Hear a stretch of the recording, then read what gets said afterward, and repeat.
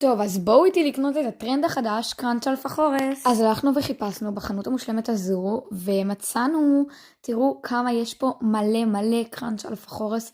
לקחנו, קנינו, עלה 6 שקל, ממש זול יחסית. יש לנו קראנץ' אלפחורס חדש, שאמור להיות טרנד, ואנחנו עכשיו נטעם אותו. אז בואו נפתח. וואו, טעים.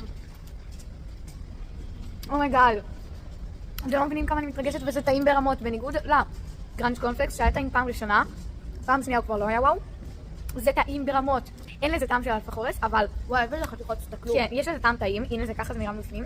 אם יכולים לתרס לזה טיפה יותר טעם, של העוגיה עם טיפה ריבת חלב, זה טעים בטירוף. תראו, יש גם ריבת חלב. תנסו, תאכלו, זה טעים ברמות, ותעזרו לזה להיות טרנד.